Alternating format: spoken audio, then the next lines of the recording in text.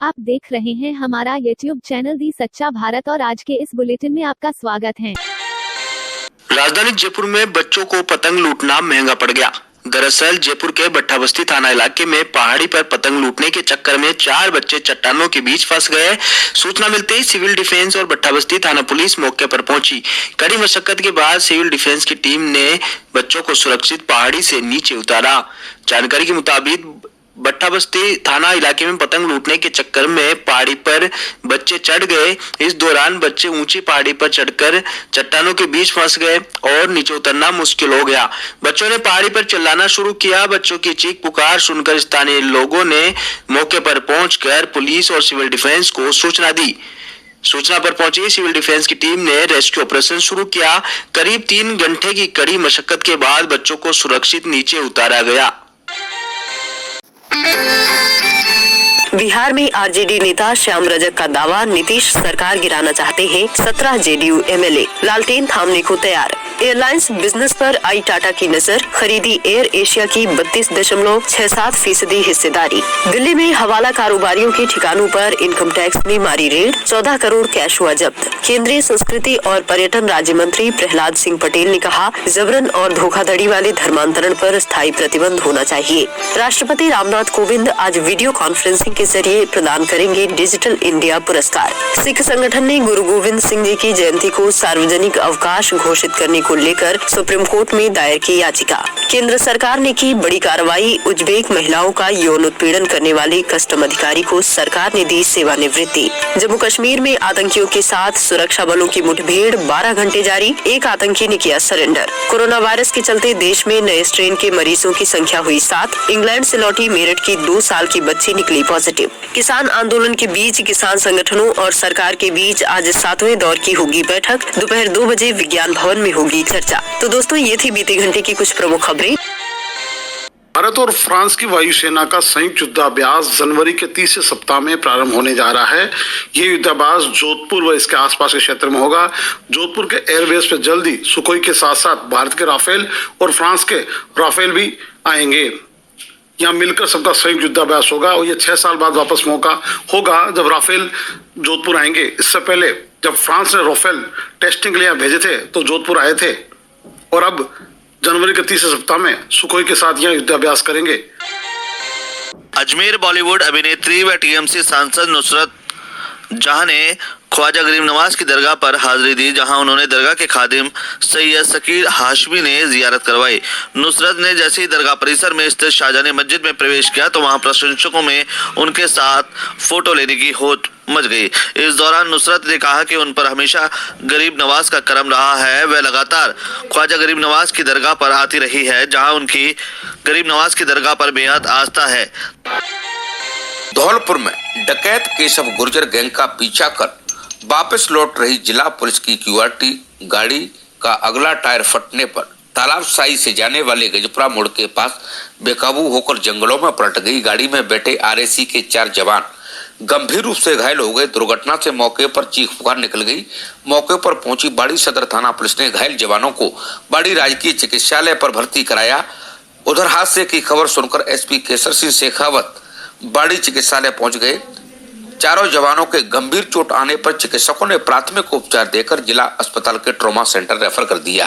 Police सूत्रों से मिली जानकारी में ज्ञात हुआ डकैत केशव गुर्जर का पीछा क्यूआरटी टीम बोलेरो गाड़ी द्वारा वापस कर लौट रही थी, लेकिन गजपुरा मोड़ के पास तेज रफ्तार में चल रही गाड़ी का अगला टायर फट गया, जिससे गाड़ी बेकाबू होकर सड़क किनारे जंगल में पलट गई। दुर्घटना से मौके पर चीख पुकार निकल गई। पुलिस कमांडो की गाड़ी दुर्घटना होने की खबर जैसे ही पुलिस विभाग को हुई तो हड़कंप मच गया। के बेहतरीन उपचार को लेकर देश भर में विख्यात सवाई मानसिंह अस्पताल जयपुर के चिकित्सकों ने एमएनआईटी जयपुर के सहयोग से कंपनी ने कोरोना से बचाव के लिए एक ऐसा मास्क बनाया जो संक्रमण से करीब 100% बचाएगा। हॉस्पिटल के न्यूरो सर्जरी विभाग के वरिष्ठ neuro surgeon doctor Virendra D Sinha व एमएनआईटी के डायरेक्टर प्रोफेसर येराकट्टी के सहयोग से 3D तकनीक युक्त देश का पहला मास्क बनाया है। खास बात यह है कि इस मास्क का विकास हुए निर्माण पूर्णतः जयपुर में हुआ है। मैं एसी पास FM93 है। ये मास्क 3D टेक्नोलॉजी से बना हुआ है। ये 3D टेक्निक इसकी खासियत ये है कि दोबारा यूज हो सकता है, रीयूजेबल मास्क है। इसके अलावा ये जो संक्रमण है उनको रोकता है और ये काफी लंबे समय तक इसको प्रयोग किया सकता है। किसानों को तो मार रही है, उनको मारने में लगी हुई है और वैक्सीनेशन आज तक शुरू नहीं कर पाई भारत में। मोदी जी और हर्षवर्धन जी जो स्वास्थ्य मंत्री हैं इनके, वो बड़ी बड़ी बातें कर रहे थे, कहां है वैक्सीनेशन? भाई साहब, मोदी सरकार के वैक्सीनेशन की इंतजारी में तो लोग मर जाएंगे, लेकिन ये तो यहाँ पर राम और कृष्ण की कृपा है कि कोरोना भाग रहा है। जब कोरोना पूरा भाग जाएगा तब वैक्सीनेशन लेकर आएंगे क्या? इनका वैक्सीनेशन का टाइम निकल रहा है। भरतपुर और धौलपुर जिलों के जाटों को केंद्र में ओबीसी वर्ग में आरक्षण की मांग को लेकर मुद्दा छाया हुआ है और आरक्षण की मांग को लेकर जाट समाज ने आंदोलन की चेतावनी भी दे रखी थी, लेकिन सरकार ने उनकी तीनों मांगों को मानते हुए आज दोनों जिलों के जाटों को केंद्र में आरक्षण दिलाने के लिए राज्य सरकार ने केंद्र को सिफारिश चिट्ठी भेज दी है, जिसके बाद सिफारिश चिट्ठी की एक प्रतिलिपि जिला कलेक्टर नथमल डिडेल ने जाट नेताओं को सौंपी है और सिफारिश चिट्ठी लिखने के बाद जाट समाज में काफी खुशी का भी माहौल है। 18 नवंबर को पथेना गांव में हुई महापंचायत से आंदोलन की शुरुआत की गई थी। 25 दिसंबर को महाराजा सूरजमल जी के बलिदान दिवस को जाट समाज के युवाओं के भविष्य के लिए संघर्ष दिवस के रूप में मनाने का निर्णय लिया गया था। सरकार ने गंभीरता दिखाते हुए समाज को गंभीरता से लिया। 24 दिसंबर को सचिवालय में 3 विभाग के सक्षम अधिकारियों के समक्ष और संघर्ष समिति के पदाधिकारियों के बीच में वार्ता हुई। वार्ता में 3 जो बात थी, पहली बात हमारी थी राज्य सरकार केंद्र के लिए सिफारिश की चिट्ठी लेकर भरतपुर धौलपुर के जाटों को केंद्र में आरक्षण दिया जाए। दूसरी मांग थी जो चयनित अभ्यर्थी हैं 2013 से 17 के बीच में जो बच्चे किसान हैं उनको नियुक्ति दी जाए।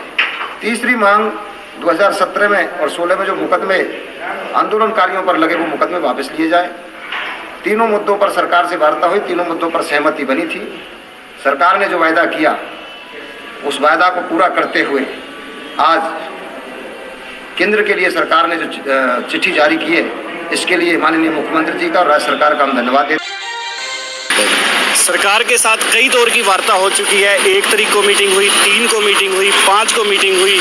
7 वाली मीटिंग में हम नहीं गए क्योंकि बार बार सरकार संशोधनों की बात कर रही थी, हम रिपील की बात कर रहे हैं। उसके बाद 8 तारीख को हमारी अमित शाह से बात हुई। हर मीटिंग में केवल और केवल संशोधनों की और गैर वाजिब बातों पर जोर दे रही है सरकार और मुद्दों पर नहीं आ रही है। हम कह रहे हैं कि कानूनों को रिपील करो। जब सरकार और किसानों के बीच में डेडलॉक हो गया, बातचीत बंद हो गई, तो किसानों की तरफ से एक पत्र लिखा गया भी सरकार हम इन एजेंडों पर बात करना चाहते हैं, यदि सरकार हमारी बात सुनती है तो हम अपना आंदोलन वापस ले लेंगे। शांतिपूर्वक आंदोलन है। तो कल हमें 4 बजे पत्र मिला है सरकार की तरफ से, आइए हम किसानों से बात करेंगे और आपके जो मुद्दे हैं उन सब पर खुले मन से बात करेंगे।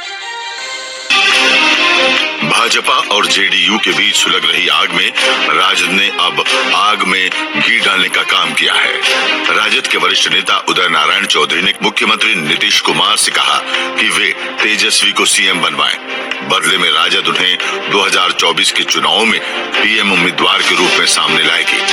माननीय मुख्यमंत्री जी, आप एनडीए को छोड़िए और महागठबंधन में आइए, तेजस्वी को मुख्यमंत्री बनाने में अपनी भूमिका निभाइए और आप केंद्र की राजनीति के लिए विपक्ष का नेता बनिए।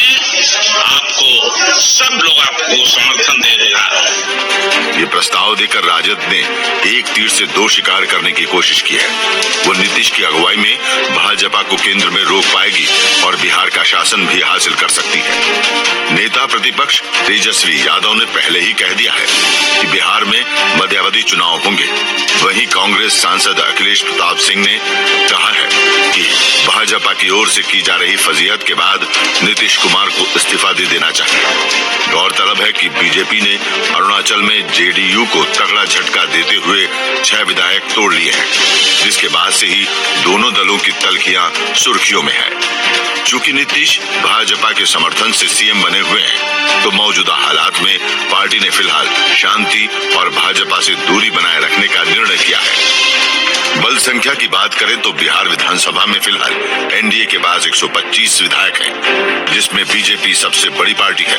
भाजपा के पास 74 सीटें हैं, तो वहीं जेडीयू 43, वीआईपी 4 और हम के पास भी 4 विधायक हैं। तो वहीं महागठबंधन की बात करें तो आरजेडी सबसे बड़ी पार्टी है। राष्ट्रीय जनता दल के पास कुल 75 सीटें हैं, जबकि कांग्रेस 19, सीपीआई एमएल 11, सीपीआई एम 3 और सीपीआई के पास 2 सीटें हैं, जबकि 8 सीटें अन्य के पास हैं। उदय नारायण चौधरी यही नहीं रुक रहे हैं। उनका जेडीयू को साफ कहना है कि जल्दी हमारे साथ मिल जाइए।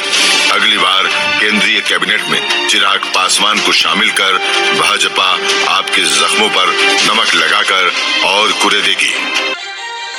और ऐसे ही नए अपडेट पाने के लिए द सच्चा भारत चैनल को सब्सक्राइब कीजिए। धन्यवाद।